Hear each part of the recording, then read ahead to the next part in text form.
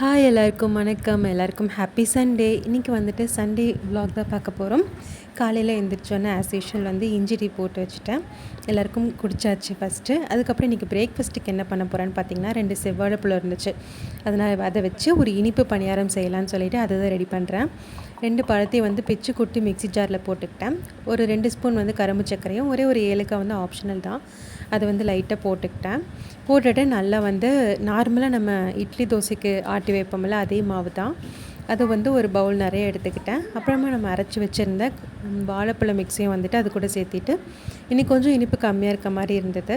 So இன்னும் 2 spoon வந்து கரும்பு சர்க்கரை சேர்த்துட்டு கொஞ்சமாக உப்பும் வந்து சேர்த்துக்கிட்டு ஃபஸ்ட்டு செட் வந்து பணியாரம் வந்து ஊற்றிட்டுருக்கேன். ஸோ கணேஷ் வந்து ரொம்ப நாளாக இனிப்பு பணியாரம் ஏதோ ஒன்று டிஃப்ரெண்ட்டாக கேட்டுகிட்டே இருந்தான்.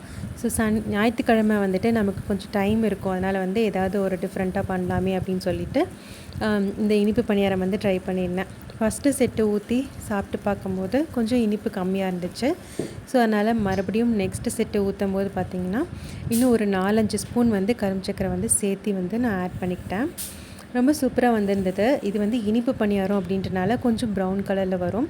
நார்மல் பணியாரமாக இருந்தால் உங்களுக்கு ஆரஞ்சு கலரில் வரும். ஸோ ரொம்ப என்ஜாய் பண்ணி கணேஷ் வந்து சாப்பிட்டான். எல்லாருக்குமே ரொம்ப பிடிச்சிருந்தது. கரெக்டாக வந்து டிஃபன் நம்ம கலக்கி வச்சிருந்த மாவு வந்து எனக்கு காலி ஆகிடுச்சு. ஸோ அவனுக்கு கொடுத்தோன்னே அவன் பயங்கர ஹாப்பி ஆகிட்டான். பார்த்திங்கன்னா இதுதான் நெக்ஸ்ட்டு செட்டு வந்து கொஞ்சம் சர்க்கரை ஆட் பண்ணி கலந்துட்டுருக்கேன்.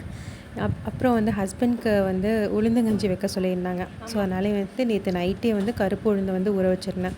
ஸோ கருப்பு உளுந்து நிறைய தோல் இருக்கும் இல்லையா, ஒரு 10 டைம் வந்துட்டு நல்லா வாஷ் பண்ணிவிட்டு அந்த தண்ணி வந்து வடிக்கும் போது தோல் தானாக வந்துடும். ஸோ இந்த அளவுக்கு வந்து ஒரு 90% தோல் மட்டும் எடுத்துகிட்டு அப்படியே வந்துட்டு நான் நல்லா வந்து மிக்சியில் போட்டு அரைச்சி வச்சுட்டேன். ஸோ நான் இது ஃபுல்லுமே கணேஷ்க்கு பணியாரம் ஊற்றிக்கிட்டே வந்து க்ளீன் பண்ணி அரைச்சும் வச்சுட்டேன். ஸோ இருக்கட்டும் சொல்லிவிட்டு நானும் ஒரு செட்டு பணியாரத்தை எடுத்து சாப்பிட்றதுக்கு உட்காந்துட்டேன். தங்கம், பணியாரம் எப்படி இருந்துச்சு?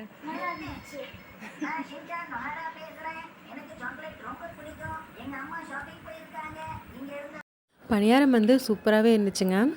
ரொம்ப நல்லா இருந்தது. அதுவும் கொஞ்சம் நேரம் ஆக தான் அந்த பணியாரத்துக்கு வந்து இந்த மாவு வந்து நல்லா செட் ஆகி டேஸ்ட்டாக இருந்துச்சு. ஸோ நான் சாப்பிட்டு முடிக்கிறதுக்கும் ஹஸ்பண்ட் வர்றதுக்கும் கரெக்டாக போச்சு. ஸோ வந்து அவர் வந்ததுக்கப்புறமா பணியாரம் வந்து கொஞ்சம் சாப்பிட்றேன் அப்படின்னாரு. இனிப்பாக செஞ்சேன், ஹஸ்பண்டுக்கு ரொம்ப பிடிக்கும். ஸோ சாப்பிட்றேன்ட்டார் அதிசயமாக. சரின்னு சொல்லிவிட்டு அவருக்கு 2 செட்டு பணியாரம் ஊற்றிக்கிட்டே வந்துட்டு நான் அந்த அரைச்சி மட்டும் வச்சுருந்தோம் இல்லையா உளுந்து, அதை வந்து கூழ் மாதிரி கிளறணும். ஸோ அதில் வந்து கொஞ்சமாக உப்பு, ஏலக்காய், வெல்லமெல்லாம் தட்டி போட்டு கை எடுக்காமல் வந்து கிளறிட்டே இருந்தேன். பணியாரத்தை கொண்டு போய் கொடுத்துட்டு வரும்போது அதை வந்து இறக்கி வச்சுருவேன். அப்புறம் வந்து மறுபடியும் அடுப்பில் வச்சு கிளறுவேன். ஏன்னா அப்படி வச்சோம்னா கட்டி ஆகிடும். ஸோ 2 செட்டு தான் சாப்பிட்டாரு. அதுக்கப்புறமா கொஞ்சம் நேரம் கழித்து இந்த கூழ் வந்து குடிச்சிக்கிறேன்னு சொன்னாங்க. சரின்னு சொல்லி அதை ஓரமாக வச்சுட்டு எல்லாமே வந்து க்ளீன் பண்ணி வச்சுட்டு அப்படியே வந்து நான் லஞ்சு செய்ய வந்து ஸ்டார்ட் பண்ணிட்டேன்.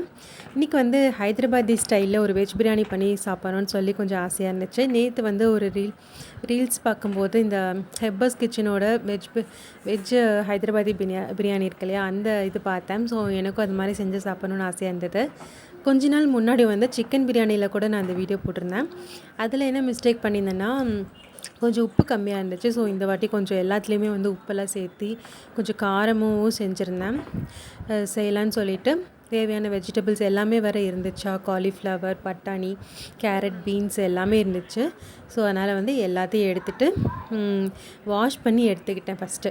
ஸோ அதுக்குள்ளே கிட்டத்தட்ட 1 hour ஆகிடுச்சு. அதுக்கப்புறம் வந்துட்டு ஹஸ்பண்ட் வந்து உளுந்தங்கூழ் வந்து ஊற்றி தர சொன்னாங்க. ஸோ ஊற்றி கொடுத்துட்டு எனக்கும் கணேஷ்க்கும் வந்துட்டு 2 டம்ளரில் ஊற்றிக்கிட்டேன்.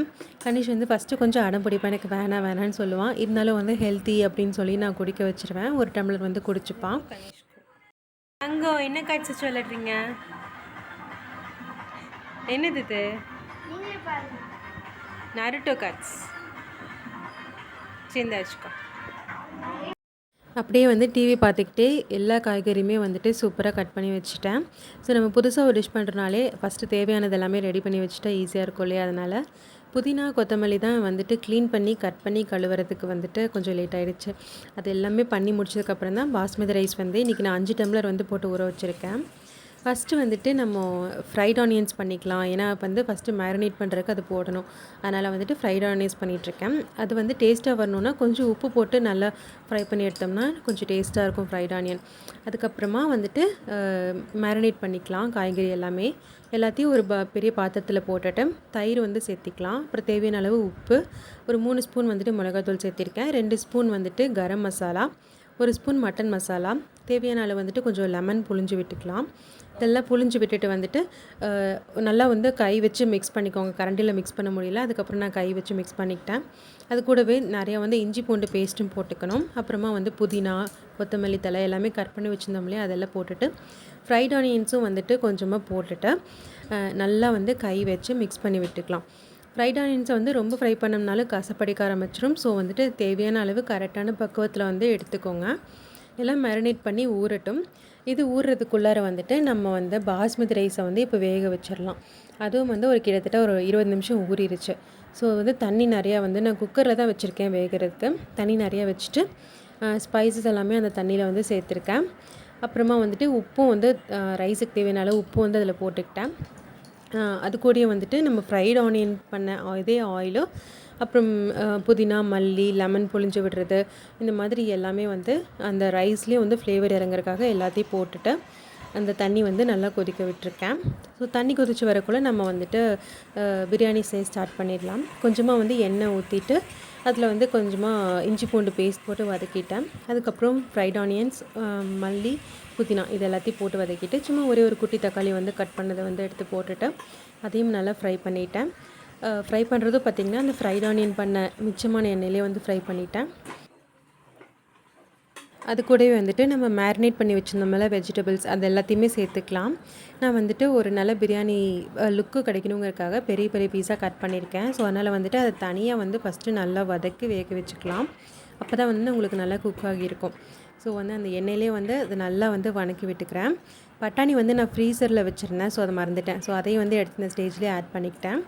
அது அப்படியே வந்து லைட்டாக ஃப்ரை ஆகட்டும்னு சொல்லிவிட்டு இந்த பக்கம் தண்ணி கொதிச்சு வந்துருச்சு. அதில் வந்து நம்ம ஊற வச்சுருந்த பாஸ்மதி ரைஸையும் எடுத்து வந்து நான் போட்டுக்கிட்டேன்.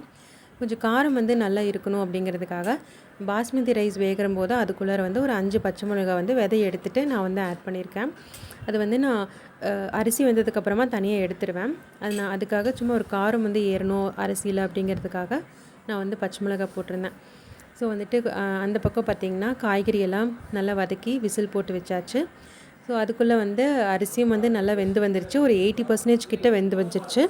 ஸோ அதை வந்துட்டு எடுத்து அப்படியே நான் வந்து வடித்து எடுத்துக்கிட்டேன். ஸோ விசில் வந்து அடங்கிருச்சு. இப்போ ஓப்பன் பண்ணி பார்த்தோம்னா காய்கறியும் வந்துட்டு ஒரு 80% வந்து குக் ஆகிடுச்சு.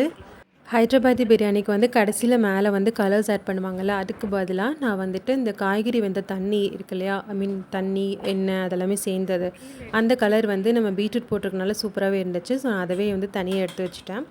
அதுக்கப்புறமா வந்து லேயரிங் பண்ணிக்கலான்னு சொல்லிவிட்டு நம்ம ஹைட்டாக இருக்கனால என்னால் தூக்கி அதை லேயர் பண்ண முடியல. ஸோ தரையில் கொண்டு வந்து வச்சுட்டு அந்த காய்கறி மேலேயே வந்துட்டு வேக வச்சிருந்த ரைஸ் எல்லாத்தையுமே வந்து போட்டுக்கிட்டேன். தனித்தனியாக வந்து லேயர்ஸ் பண்ணல, ஒட்டுக்கா வந்து கீழே வந்து காயெல்லாம் இருக்கிறனால மேலே வந்து ரைஸ் எல்லாம் போட்டுட்டேன். நடுவில் மட்டும் லைட்டாக ஒரு ஃப்ரைட் ஆனியன்ஸும் புதினா மல்லி சேர்த்துட்டு அதுக்கு மேலே மறுபடியும் மிச்சம் இருக்க ரைஸ் எல்லாத்தையுமே போட்டுக்கிட்டேன். அப்புறம் மிச்சம் இருக்க கொஞ்சமாக அந்த ஃப்ரைட் ஆனியன்ஸ், தக்காளி, புதினா இது எல்லாத்தையுமே வந்து மேலே சேர்த்துக்கிட்டேன். கொஞ்சமாக வந்துட்டு அந்த கரம் மசாலாவே மேலே தூவி விட்டுருந்தாங்க வீடியோவில். ஸோ அதே மாதிரி நானும் வந்து லைட்டாக வந்து தூவி விட்டுக்கிட்டேன். அதுக்கப்புறம் நம்ம கலருக்காக எடுத்து வச்சுருந்த அந்த பீட்ரூட் அந்த காய்கறி எல்லாம் வெந்த தண்ணி இருக்கல, ஸோ அதை வந்து அப்படியே மேலே வந்து தூவி விட்டுட்டு கொஞ்சமாக வந்து லெமனும் வந்து புழிஞ்சு விட்டுட்டேன். ஸோ இதெல்லாமே பண்ணிவிட்டு கடைசியாக வந்து நெய்யும் வந்து அதில் ஆட் பண்ணிக்கிட்டு நடுவில் மட்டும் கரெக்டாக சென்டராக பார்த்து கொஞ்சமாக அந்த அந்த சாப்பாடு வெந்த கஞ்சி தண்ணியவே வந்து நான் ஊற்றிக்கிட்டேன், அடி பிடிக்கக்கூடாதுன்னு சொல்லிட்டு. ஸோ போட்டு ஒரு 1/2 hour வந்து சிம்மில் வச்சுட்டேன். ஸோ அப்புறமா ஓப்பன் பண்ணி பார்த்தோம்னா எல்லாமே நல்லா குக்காய் வந்திருந்தது. சாப்பாடும் சரி, அடியில் வந்துட்டு காய்கறியும் ரொம்ப நல்லா இருந்தது, அடி பிடிக்கவே இல்லை. ஸோ லாஸ்ட் டைம் வந்து பார்த்திங்கன்னா நான் அப்படியே வந்து எடுத்து அப்படி கலக்காமல் வச்சுருந்தேன் சிக்கன் பிரியாணி பண்ணும்போது. ஸோ இந்த வாட்டி அப்படி பண்ண வேணாம், ஃபுல்லாக கலக்கி விட்டுடலான்னு சொல்லிவிட்டு வந்து நான் எல்லாத்தையுமே வந்து ஒரு மிக்ஸ் வந்து கொடுத்துட்டேன். ஸோ லைட்டாக உப்பு கொஞ்சம் பத்தாமல் தான் இருந்துச்சு. ஸோ லைட்டாக உப்பும் தூவி வந்து நல்லா மிக்ஸ் பண்ணி கொடுத்துட்டேன். ஸோ பார்க்கவே ரொம்ப யம்மியாக இருந்துச்சு, ரொம்பவே டைம் கன்சியூமிங்காக இருந்துச்சு. நம்ம புதுசாக ஒரு விஷயம் பண்ணும்போது கொஞ்சம் டைம் அதிகமாகும், அதே மாதிரி தான் இருந்துச்சு. கொஞ்சம் டைம் அதிகமாச்சு, பட் ஆனால் சூப்பராக இருந்துச்சு. நல்லா ஹெவி லஞ்சு சூப்பராக சாப்பிட்டு முடிச்சாச்சு. சைட் டிஷ்க்கு முட்டை தான் வேக வச்சுருந்தேன். யம்மியான லஞ்ச் சாப்பிட்டுட்டு உடனே வந்து ஜில்லுன்னு எதாவது சாப்பிட்ணும் போல் இருந்ததா, ஸோ வாட்டர் மெலனே எடுத்து சாப்பிட்டுட்டு அன்றைக்கி வந்து சூப்பரான லஞ்சை வந்து ஃபினிஷ் பண்ணியாச்சு. இதுக்கப்புறம் என்ன கைப்புள்ள இன்னும் ஏன்டா முடிச்சுக்கிட்டு இருக்க தூங்கு. வீடியோ உங்களுக்கு பிடிச்சிருக்கும்னு நினைக்கிறேன். பிடிச்சிருந்தா லைக் பண்ணி, ஷேர் பண்ணி, சப்ஸ்கிரைப் பண்ணுங்கள். நாளைக்கு இன்னொரு வீடியோவில் பார்க்கலாம். அது வரைக்கும் டாட்டா பாய்.